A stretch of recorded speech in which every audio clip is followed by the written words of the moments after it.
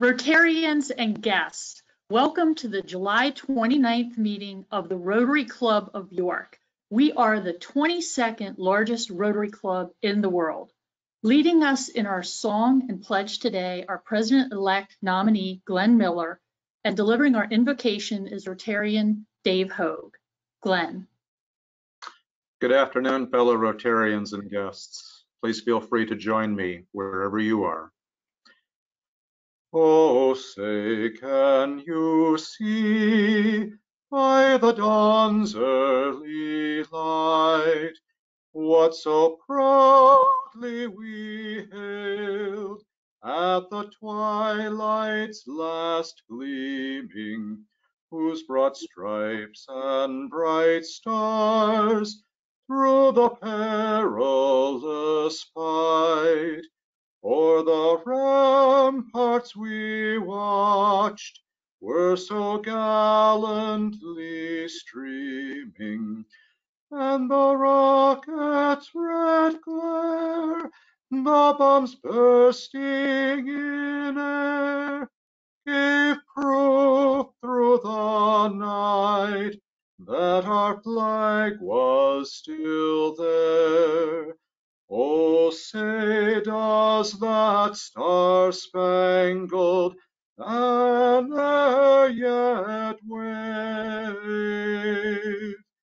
o'er the land of the free and the home of the brave?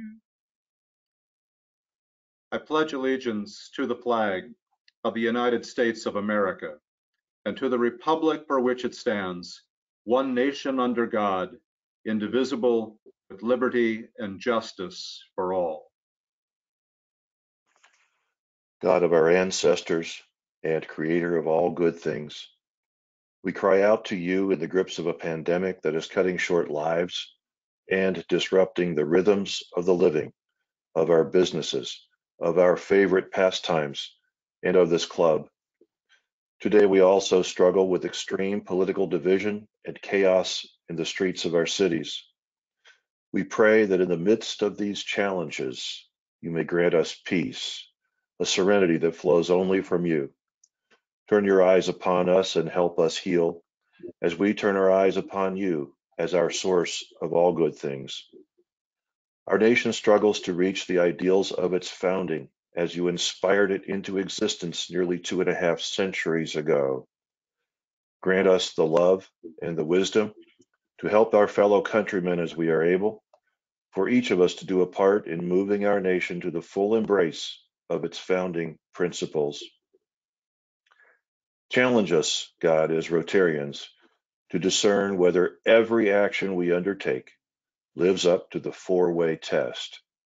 For in this way, we may undertake a personal confirmation that indeed we hold these truths to be self-evident, that all men are created equal, endowed by their Creator with certain unalienable rights, that among those are life, liberty, and the pursuit of happiness. God, hear our prayer. Amen. Amen. Thank you, Brother Miller. Thank you, Brother Hogue. For our announcements today, Past President Mike Summers and the program committee certainly are delivering a timely program today with Major League Baseball in the news. Your program suggestions are always welcome, and please share them with Mike Summers. Congratulations to Robert Lambert for serving as a new member of the Capital Blue Cross Board of Directors. You are a shining example of service above self. And also, just to reinforce Dave's message about the pandemic and the thanks for our healthcare workers, I heard a story yesterday from a healthcare worker in York County. They really are making significant sacrifices to keep all of us safe. So Rotarians are people of action. Please remember to wear your masks when you're out and about, and take care. We have Diane Marino for a Student Education Fund announcements. Diane.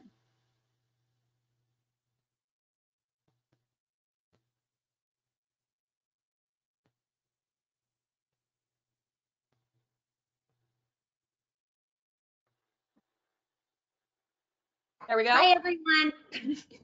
Little technical glitch there on my part. Sorry about that. I'm back. This day, I am going to present to you 3 scholarship winners. 2 are for the non-traditional scholarship, and 1 is for the Donna E. Hayes Scholarship. Let's start with the non-traditional. As you may or may not know, the non-traditional scholarship is for students that are currently attending a post-secondary institution but did not start their education right after their high school grad, whether it be for financial reasons or personal reasons. Now, this scholarship was started in 2012 by your club, and because of your overwhelming generosity, this scholarship has now reached a value of almost $72,000. After one of the many Zoom meetings with the Student Ed Committee, it was decided that we would award 2 non-traditional scholarships this year worth $3,600 each. So let's talk about these 2 deserving winners.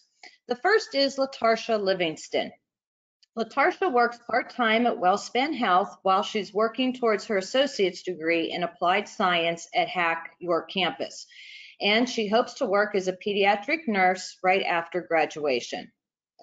The second winner is Melissa Rosario. Melissa is quite the accomplished young woman. She works full-time at Voice as she owns and runs Cornerstone Barbershop and Shave Parlor. She expects to graduate with her bachelor's degree in business administration from York College in 2021.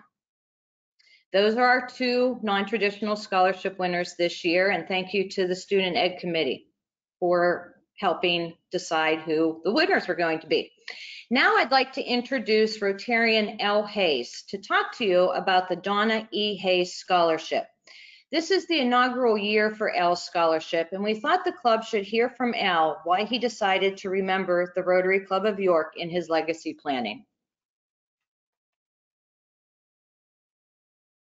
Good afternoon or good morning, whatever it is, fellow Lions. I presume you're hearing me, so I'll just go right on.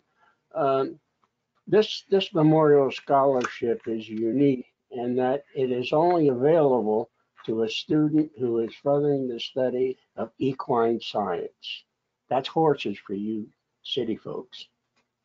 Now, Donna and I were married on April 1st, 1978. That's April Fool's Day, and we knew that. And I also filed my business and corporation papers on the same day, starting up my business. The reason being, I didn't have much money, and both events required a party, so I saved some money with one party for both events. 2 years later, we moved to a home with 10 acres and a barn in Hellam. One of my employees had a neighbor who had a horse boarded at the fairgrounds and needed to be moved. She asked if there was any possibility the horse could be kept in our barn and pasture. Neither Donna or I knew anything about horses since we grew up in Baltimore City and had never been around horses of any kind. We thought it might look nice to see one in the pasture, so we said okay. The horse owner, her name was Kathy, came, checked it out. The facility was okay, and she thought everything would work, so she brought her horse over. Donna and Kathy became very good friends very quickly, and Donna was exposed to her first horse.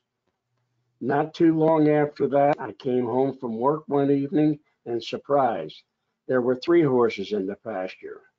Seems that they had made a trip to Lewisburg to the Wild Horse Adoption Farm, and Donna adopted a Mustang with a 3-month-old foal. She had it brought to the farm. That was okay, but then a few weeks later, it was back to the center, and there was another horse here. The barn was getting crowded, but that didn't stop her. Up she went, and another horse came.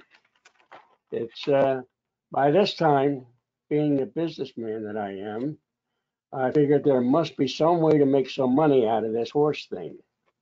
Little did I know, I purchased a farm of 36 acres down in the Broad. Had a huge indoor and outdoor riding arena with 18 stalls built, a complete horse boarding and training facility.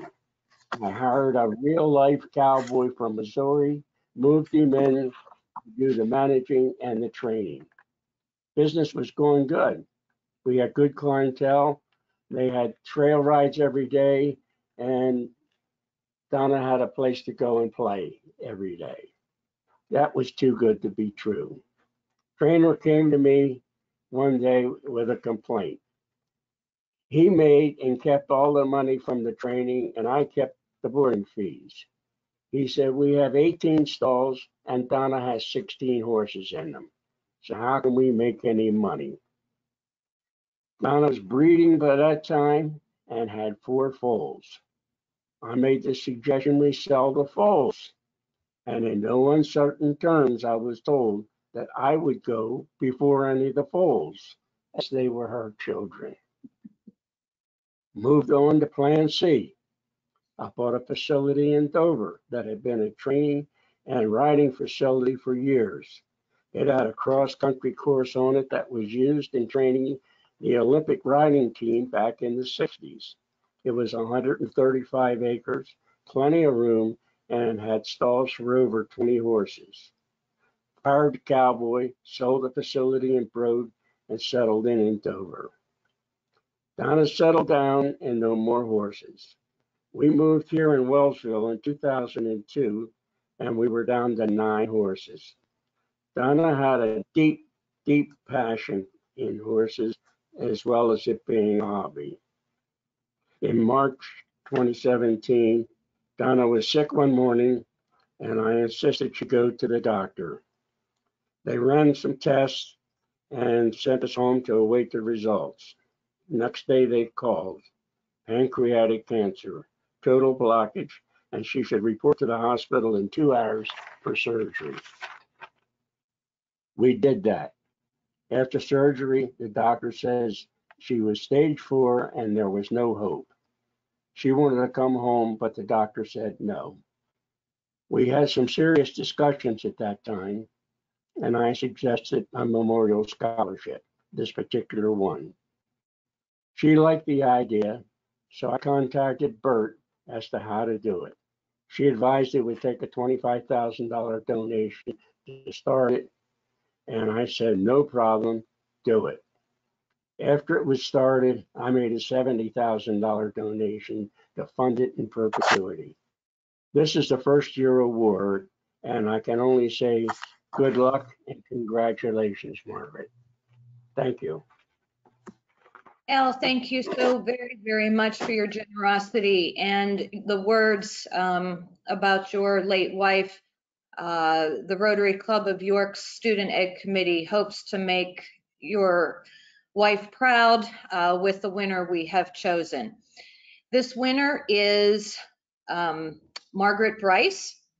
She is currently working this summer on a ranch in Montana, and she will be starting her senior year at Penn State, where she will continue her major in animal science and equine science minor.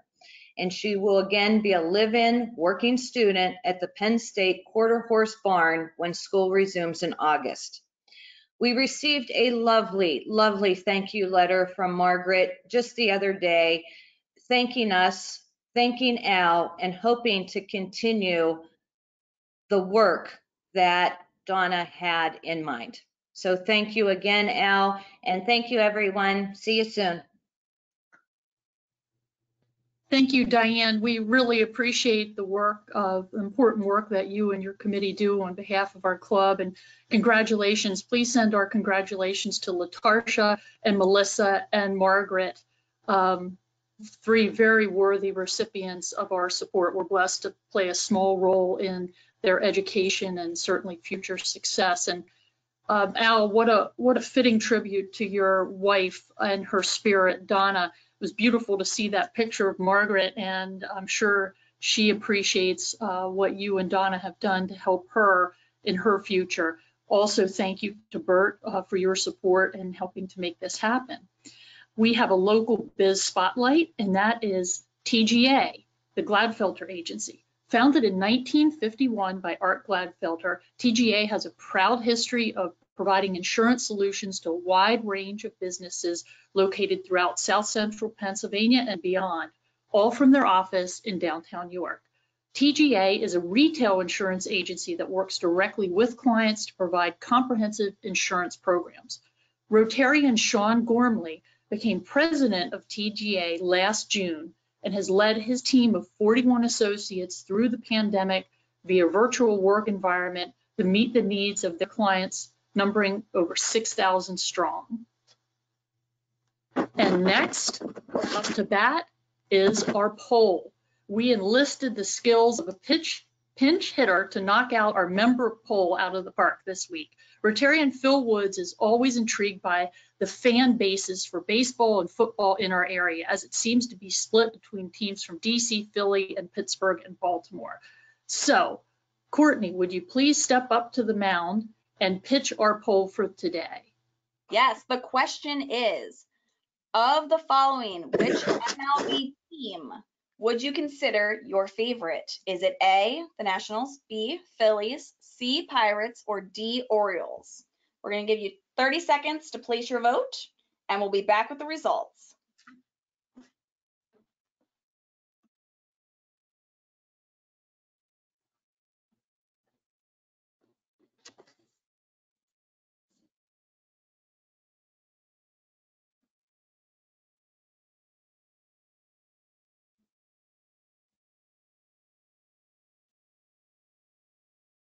Ten more seconds. We have two very popular answers, which I'm sure a lot of people can probably already guess what they're going to be. 3, 2, 1.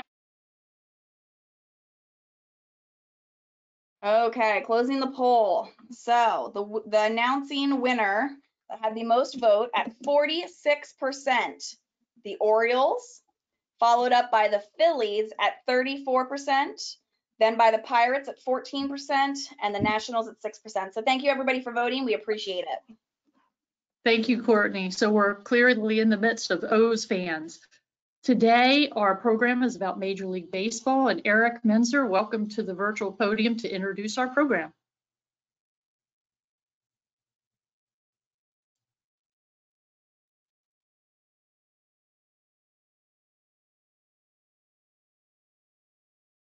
All right, Eric, just go ahead and click the unmute button there. Perfect. There we go. All right. So I want to start today by giving a shout out to Atlantic League President Rick White, who helped arrange our program. Many of you have heard from or met Rick, and he's my virtual guest today from New York. So today we're going to put the International in Rotary International, at least figuratively speaking, because our guest is Jim Small, Vice President for International at Major League Baseball. He's responsible for all of the league's international business initiatives. He's responsible for growing Major League Baseball's brand and development globally, planning MLB's international play schedule, generating new opportunities to grow the sport's popularity, creating and nurturing a talent pipeline in key markets, overseeing the World Baseball Classic, and managing offices in 7 countries outside the United States. Jim is a veteran of nearly 40 years in the sports marketing industry. He started off working in public relations with the Kansas City Royals, worked for a number of other clubs as well as for Major League Baseball in New York, left for a few years, and then came back and has been with MLB since August of 1998. Jim has degrees in journalism from the University of Kansas and an MBA in finance from Fordham University. Please join me in welcoming Jim Small.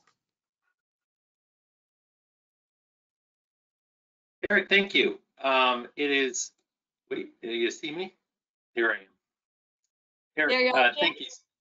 Great, thank you. On behalf of Commissioner Manfred, the 30 Major League teams, all of us at Major League Baseball, thank you. I'm seeing your email right now, Jim. You just want to minimize that and hit over the PowerPoint? Perfect. I can do that. There, how's that? Perfect. Okay, I don't think anyone wants to see my email. I will, okay, great. We're looking good? Perfect. Go ahead and presentation mode. We're great. Perfect. Thank you. Okay, perfect. Thank you. Sorry for the technical difficulties. But again, on behalf of Commissioner Manfred, the 30 Major League teams, thank you for inviting me And thank you more so for everything that Rotary does. My father-in-law is a Rotarian in the Midwest, so I know very well what you do. And the things that Diane and Al were talking about earlier with the scholarships, that's so special. So you play such an important role in our community that we really appreciate it. I also want to shout out to Courtney Bailey, who if you ever want to go into a second career, maybe TV production might be in your offing. You've done a really, really good job on this stuff, so I really appreciate it. So I know I'm going to talk about international baseball. I know a lot of you may have questions about COVID-19, the Marlins, all of that stuff. I probably know about as much as you do right now, but happy to talk about some of that stuff and answer any questions if you have it.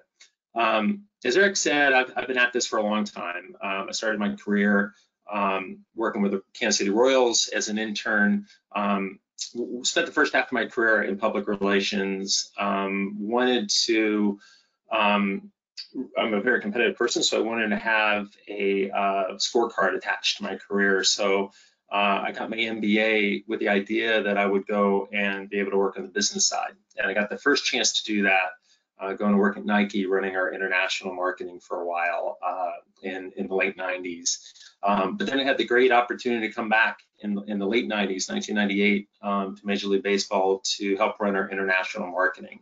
And it was this confluence of two things that I love so much. The ability to work for baseball, which is obviously my favorite sport, but also the opportunity to work internationally. It's a big, beautiful world out there. And, the opportunity to do both of those things were pretty special. In 2002, Ichiro had come over to Major League Baseball, to Mariners, and we were looking at opening an office in Japan. And so I was asked to kind of put it together, and it was putting together the legal aspects, putting together the tax implications, all that stuff was easy. I couldn't find anyone to run it. And so I said to my boss, look, I'm not sure that I'm going to find somebody to do this. What do you think about me going and doing it for a couple of years? And he said, great. And so in 2003, I started off in this odyssey with my wife and my kids, who were 7, 5, and 2 at the time, for a 2-year assignment in Tokyo that turned into a 16-year odyssey. That was just one of the most amazing experiences of my life. Professionally, I got to build up our business there, but also personally, my kids grew up. All of them graduated from high school there, and really Tokyo is home for them. So it's been an amazing experience. Last year, I came back to lead our international business, as Eric said, based out of New York. So what is that business, and who are we, and what do we do? We have offices all around the world. We have 65 employees working in these cities that you can see. Interestingly, 2 of us are Americans. Everybody else is not American, and I think that shows the strength of baseball and the fact that we've recruited some really, really smart people to help grow our game internationally. What our role is fan engagement that leads to transactions. So we try to get the game of baseball and the brand of Major League Baseball to be more visible, more attractive, and create that engagement. And then that engagement needs to lead to transactions. We're a business, and it's important for us to remember that. So we try to create more customers, create more fans, and then engage them from a financial perspective. And I'll explain how we do that in a second. The first thing we do is we sell media rights around the world. So you can watch in New York, you can watch a game on ESPN or the local Baltimore station or on Fox. We sell those same agreements, but we're selling them to Televisa in Mexico or CETV in Beijing or NHK in Tokyo. We have about 20 agreements in 125 countries, and that's across all platforms. So whether you are watching on traditional television or on your iPad or your iPhone, we will deliver that content to you, and we are paid to do that by those broadcasters.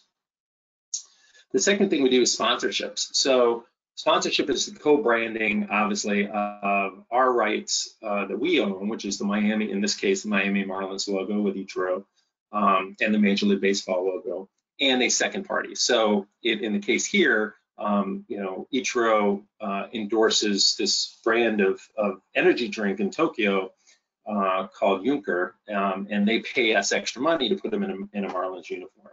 Sometimes we just sell straight advertising. So what's interesting on the left there, that's from the National League Championship Series a few years ago.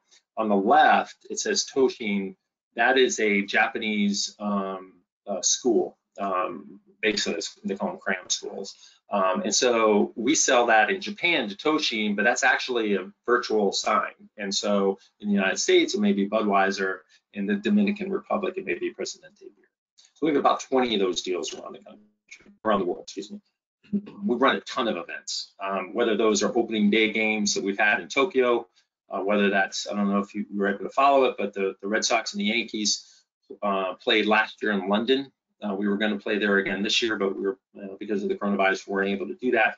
We've had exhibition games all over the world. We run kind of interactive fan exhibits. We call them MLB Experience. And we have about, in the case of China, about 2.5 million people a year that go through those experiences. It's really, really successful. And then we run amateur baseball programs, to get kids involved with the game of baseball everywhere in the world. Our licensing business, something if Rick White's on the phone, he knows very well, is also very important for us. It gives people a chance to wear the game, to show their allegiance to Major League Baseball, and we'll tie up with celebrities and brands all over the world to sell our product. Additionally, I'm very fortunate to lead the World Baseball Classic, which is the World Cup of Baseball. It's the international championship for our sport. And we had planned on having the next tournament the next year. We are most likely going to have to push that back because of the current circumstances with COVID. So that's kind of what we do and where we do it. Just a few things. I think a lot of people are surprised to know about the breadth of baseball around the world. We know that baseball is known as America's pastime, and that's awesome. But you can't say that to someone in Tokyo or Havana or Santo Domingo. It's their game, it's their pastime. So what we like to say is baseball was born in America, but it belongs to the world now. We just announced that on opening day rosters, 28% of the players were born outside of the United States. And, certainly some of those are from places like the Dominican Republic you're familiar with, but some of them aren't. Players from Australia, from Brazil, from Peru, from Lithuania, from the Netherlands, all on Major League rosters. In fact, one of our best young players in the game hit 32 home runs last year as the outfielder with the Twins, Max Kepler. And Max was born and raised in Berlin, Germany. So clearly the game is growing at the elite level around the world. It's also growing at the grassroots level. We have 160 countries that are part of the World Baseball and Softball Confederation, the governing body, which, interesting enough, is based in Switzerland and run by an Italian. So it's more proof, I think, of the growth of baseball internationally. We focus a lot of effort in growing the game in places like China and India. China's a terrific example. We've been involved in baseball in China for about 10 years. And in that time, we've had 7 players signed to pro contracts with major league teams. Last month, we surpassed the NBA as the most watched and most engaged with international brand on TikTok in China. So I think it really shows the popularity of our sport there. The Chinese government has built over 200 new stadiums since 2008, and we think that the number of players has gone from about 200,000 to about 8.1 million over that time. So clearly there is an interest in baseball in China and in places like India and Brazil that hadn't been seen before. And what we're trying to do is help kind of fuel that engagement and fuel that excitement for the game of baseball. Courtney, can you take down my screen there? Sure, coming right up. Okay. So, I could give you thank you. I could give you a lot of different stats and our numbers about our business and all that stuff, but I thought it was kind of more important with the next. Right now, and his face. Oops, sorry. What's that? Go ahead. Can you see me? I'm good? Yes, you're good. All right, good. So I thought it was good to kind of, instead of just getting into the details about our business and all that stuff, one of the greatest things about working internationally is the people you get to meet. And just want to share some of the stories with you. And I could go on for hours on this stuff. I'm going to talk to you about three of them. And these three stories kind of illustrate where baseball is internationally. The first one is a story about a guy named Jan Bagen. And I met Jan in 1992 in Prague, still Czechoslovakia then. And we were running some baseball clinics there with Jimmy Lefebvre, the former Major League manager. And Jan wanted to take me to his field of dreams. He was a baseball person in Prague, and you know, the movie had just come out. And he really wanted to share with me kind of what his dream was for baseball. When we were driving out to the complex, he started telling me about how hard it was to be a baseball player in Czechoslovakia. He would drive out to play with some of his friends, and the police would pull him over and do the old, I don't know if you remember the movie Walking Tall, but the old Buford thing where they'd pull him over just to harass him and say, he'd say, why you pulled me over? And he said, because your taillight's out. And he looks, and my taillight's not out. He cracked the taillight, then arrest them. So they would just harass guys for playing baseball. Jan told me about how he would eventually, when baseball became an Olympic sport, the Czech government had to ease off a little bit. So they let the team go out and play in tournaments in Germany, but you couldn't bring money out of the country. So what Jan used to do is take his bat and take off the end of it, the plastic end of the aluminum bat, and stick it full of the kroner, the Czech currency. When he went to Germany, he'd buy baseball gloves and bats and things like that, and have to smuggle those things back into the Czech Republic or Czechoslovakia. And he did that because he just loved the game of baseball. He took me to this field, and it literally was a dump. It was a garbage dump. And he said, this is my field of dreams, and someday it's going to be the most amazing baseball complex in all of Europe. If I was to take you there now, if any of you, once everything gets better and you can go to Prague, you can go and see his stadium, and it is the best baseball facility in Europe. He has cloverleaf main fields. He has indoor hitting cages. He realized that vision. And when you're around somebody like that that's invested so much of themselves into the game of baseball, it's pretty humbling to see that.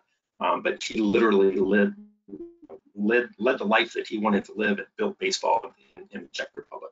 We have 6 players in the Czech Republic currently in the minor leagues. Another story is a guy named Joe Cook. I came across Joe probably 2005 or so. He had sent me a DVD of his background, and it sat on my desk for a while. I get a lot of things from people saying, here, help me, give me money, let me, give me bats, balls, things like that. And we take all of those seriously, but, sometimes they get down the queue in terms of the other things you have to do over the course of the day. So I got an email from a colleague. I was in Tokyo. I got an email from a colleague of mine in New York who said, have you seen this Joe Cook thing? And I said, I see it's on my desk. I haven't looked at it yet. And he said, you really got to take a look at it. So I pop it in and look at it. And the story was just amazing and compelling. Joe Cook was born and raised in a place called Baribo, which is about 3 hours from Phnom Penh in Cambodia. His dad was in the military, and his dad was killed along with the rest of his family by the Khmer Rouge in the late 70s. Joe survived and was smuggled to Thailand, found his way to the United States through some Christian agencies, and became a chef at a Benihana restaurant in Dothan, Alabama, which is why his name is Cook, by the way. He found out that his mom was actually still alive, as was one of his sisters. And he went to Cambodia, found them, and on his meager salary as a cook, built them a house, for Cambodian standards, a beautiful house in his hometown. And he also brought baseball. He was a huge baseball fan, big Braves fan, and started a baseball program there and sent me some information about it. So having seen it, I just couldn't say no. So we helped out, we sent coaches, we sent equipment, and we got to know him really well. his dream was to bring Cambodia to the Southeast Asia Games and be able to play baseball in the SEA Games. So we helped him with that. He needed uniforms, he needed equipment, all of that.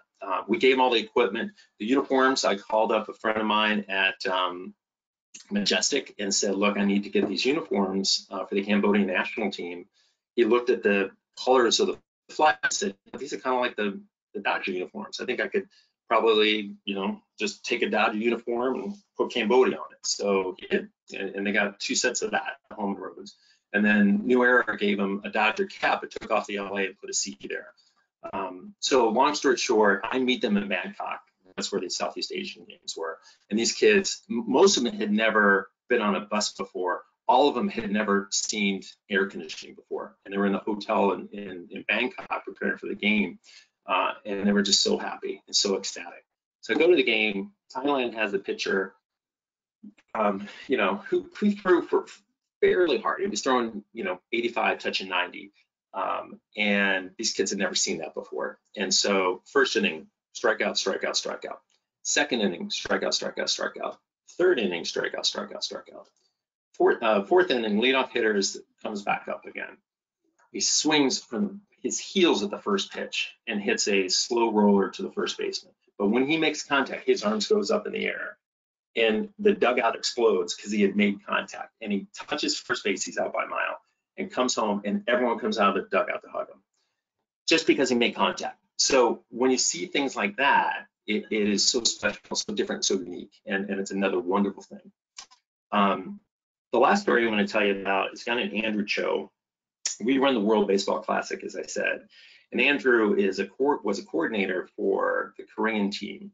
A kid from New Jersey who speaks Korean fluently. We hire him, throw him into the breach, and say, okay, you're now our liaison between the WBC and the Korean team.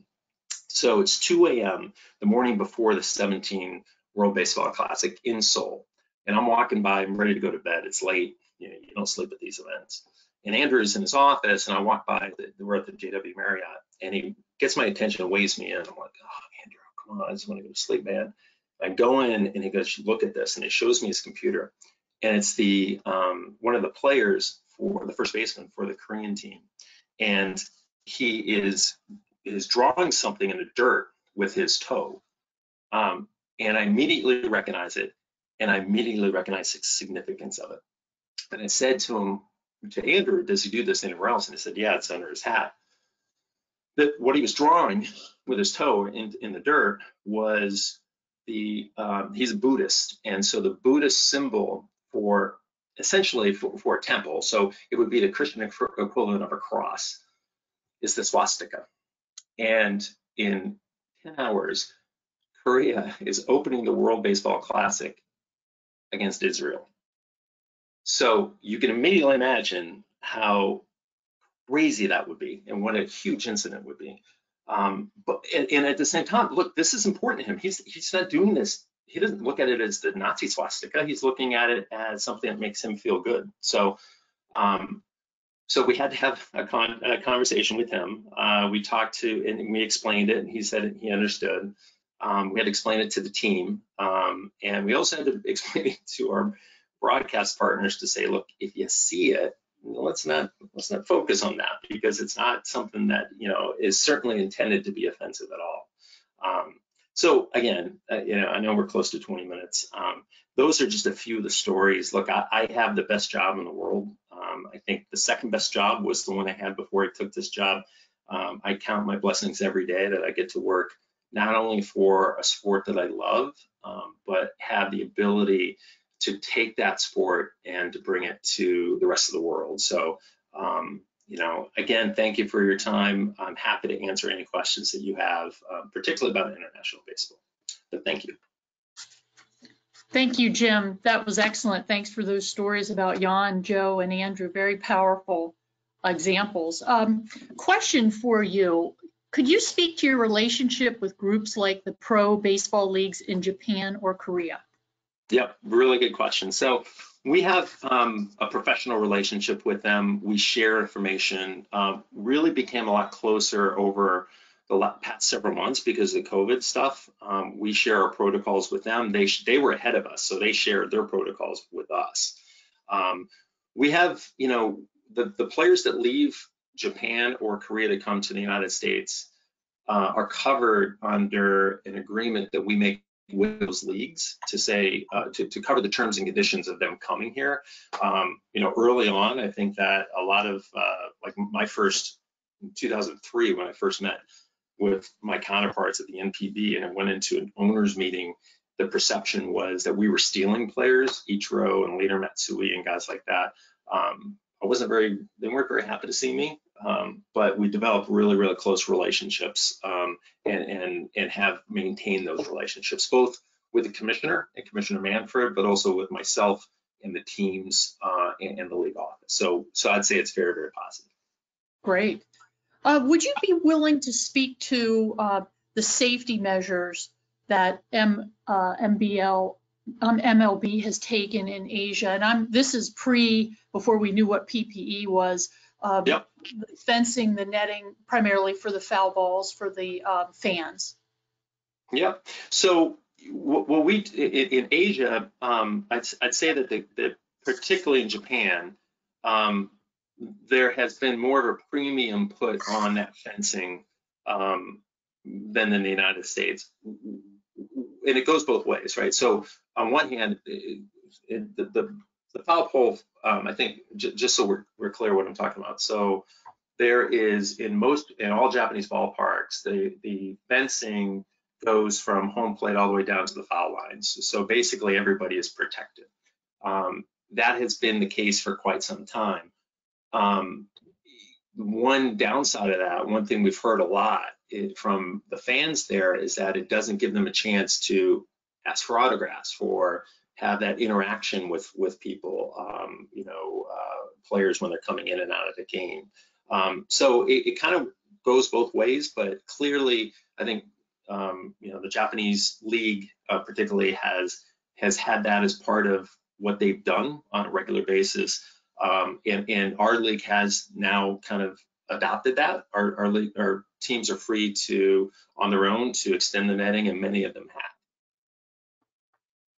Okay, excellent. Could you, having spoken so poignantly about your time in Tokyo, could you speak to some of the cultural nuances, maybe ones that struck you as interesting and ones that you found endearing? Yep. So at the league level, or at the professional level, I should say, going to a game in Tokyo is astounding because I don't know if anyone's ever seen it, but you can look it up on YouTube. The outfield section is all made up of fans for either team. So the left field is usually for the visiting team, the right field for the home team. And it's almost like a college sports environment. There are cheers that they have for every hitter when they come up. There's a professional cheerleader leader that is voted on by the other fans and actually paid. So they all chip in to make sure that he doesn't have another job so that he can just focus on this stuff. There is one of the most wonderful things if you enjoy beer or if they have soft drinks as well, but they'll have people kind of walk through the stands with beer kegs on their backs and serve fresh draft beer to you, so you don't have to get up and go to the concession stand. So things like that are really cool. From the youth level, though, I think that's really where I got to see how special baseball was. Both of my boys, I have a boy, at 7, 5, and 2. The 7-year-old is a boy, and the 2-year-old is a boy, and so they grew up there playing Japanese baseball, and I got to see kind of firsthand about how unique and special it is. So when you walk on a baseball field, the kid walks on a baseball field in Japan, he has to bow because the baseball field is considered sacred, just like a temple. And when you walk off the field, you have to bow, take your hat off and bow. You bow at the end of a game to the opposing manager, to the opposing cheering section, to your own cheering section. When you get into the batter's box, you bow. It is all about respect. The worst thing you could possibly do in Japanese baseball is throw your equipment. And God forbid if you did, you would be running laps for a long time. So that respect for the game of baseball is what is just so unique and so different. Very quick story. One of my son's coaches he was part of this baseball. He was the only American kid on the team, and they'd been around for 80 years. But the head coach was an older gentleman whose kids had long left the team. So in America, we're used to, well, the parents coach, right? So your dad is the little league coach and he has 1 or 2 kids on the team. It's not like that there, where it's you're just running a team. And so the head coach was sick and wasn't going to be at practice. When I got to practice, I saw he was there, and he had an IV hooked up to his arm and was conducting practice, and an IV in a bag. The bag was in his back pocket. Had a liver problem. He'd gotten out of the hospital, snuck out of the hospital, took a taxi to practice, and as soon as practice was over, snuck back into the hospital. And he's doing it for my kid, to teach my kid how to play baseball. It was, again, humbling and awe-inspiring to see people like that. And that's the way the Japanese view baseball. It is life. Interesting. Thank you for sharing that. Respect is powerful. Another question, have any international leagues adopted updated measures like robo-balls and strikes, relief pitcher rules, or extra innings? Wow, that's a really good question. So we share that information. Everybody knows what everyone else is doing. With the KBO, the Korean Baseball Organization, and NPB, they have had rules in effect for quite some time where they don't play extra innings past, they have curfews. So basically 11, or depending on the city and the league, it's either a time, so I think 11 p.m., you can't start an inning after 11 p.m., or a number of innings, which is 12 innings. So they've had that for a while.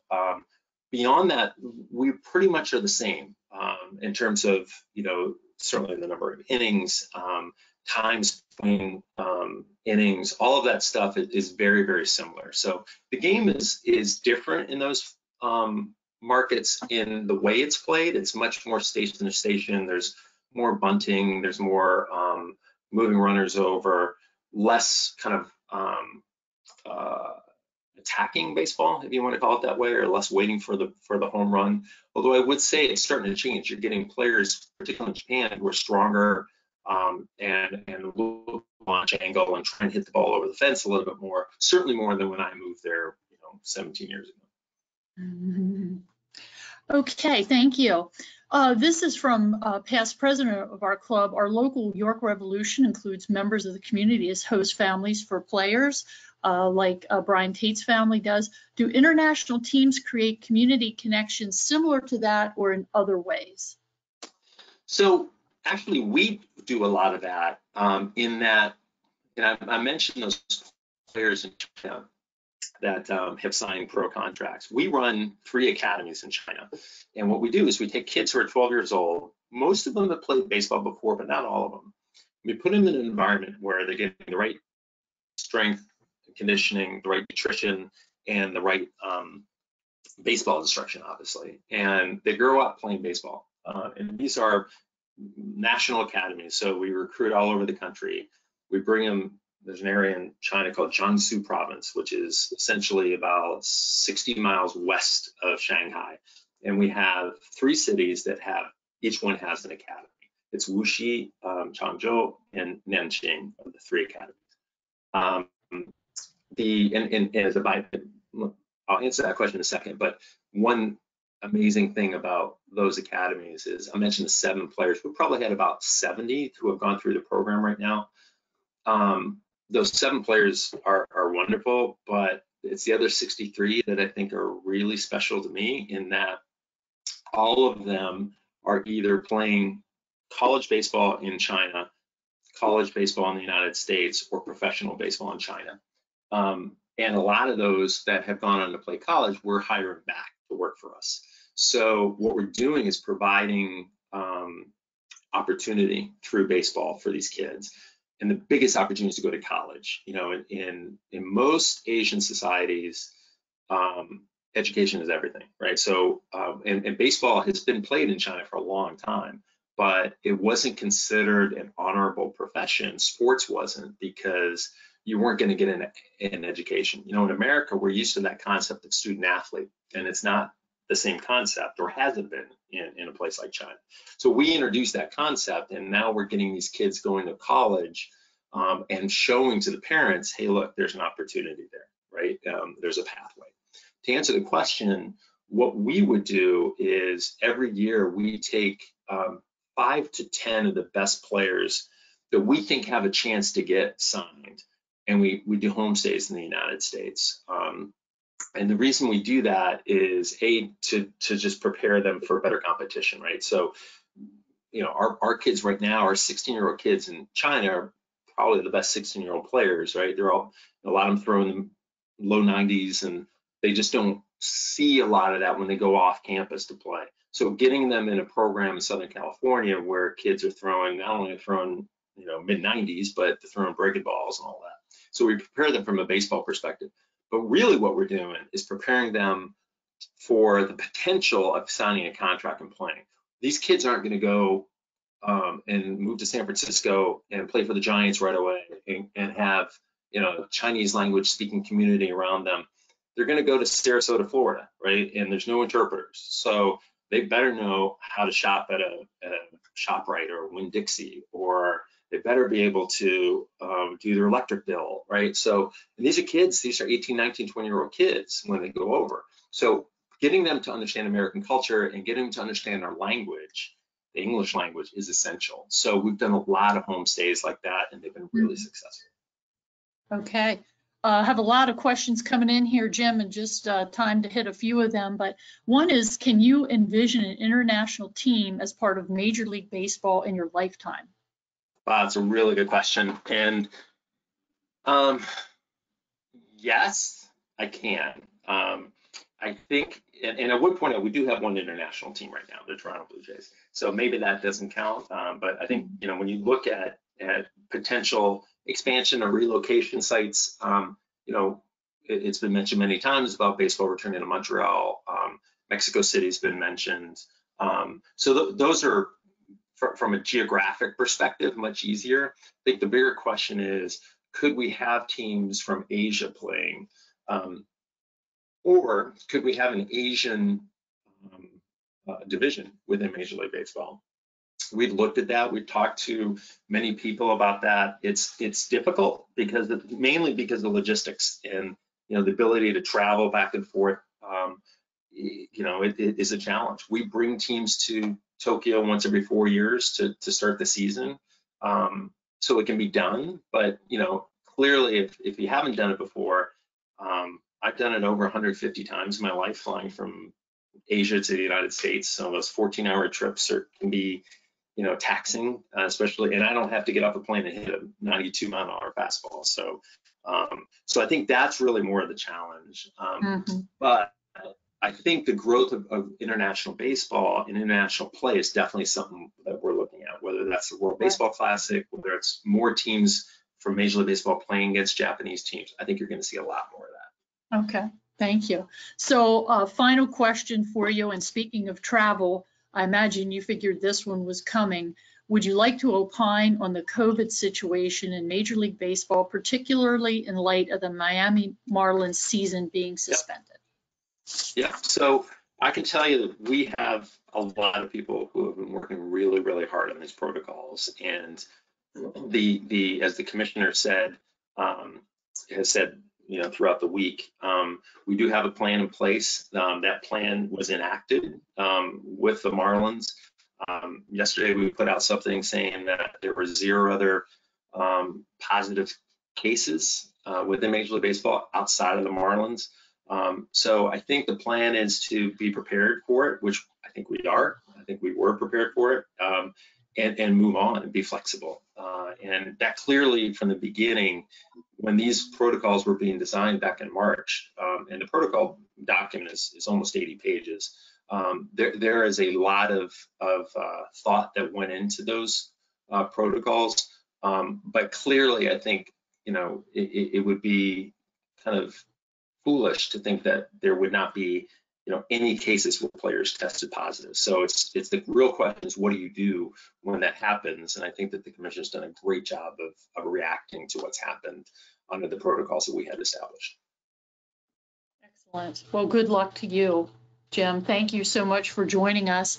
And Jim, Rotary International, one of our 6 promises to the world is basic education and literacy. So several years ago, in lieu of giving a speaker gift, which we would have had to mail to you, we provide each of our speakers the opportunity to sign a book plate. So we'll get that sticker to you and ask you to sign a book plate. The story of, actually it is you, yeah, the story of Mr. Rogers and his neighborhood. He's from Pittsburgh, so proud Pennsylvanian. Awesome. You are my friend. We'll ask you to sign that.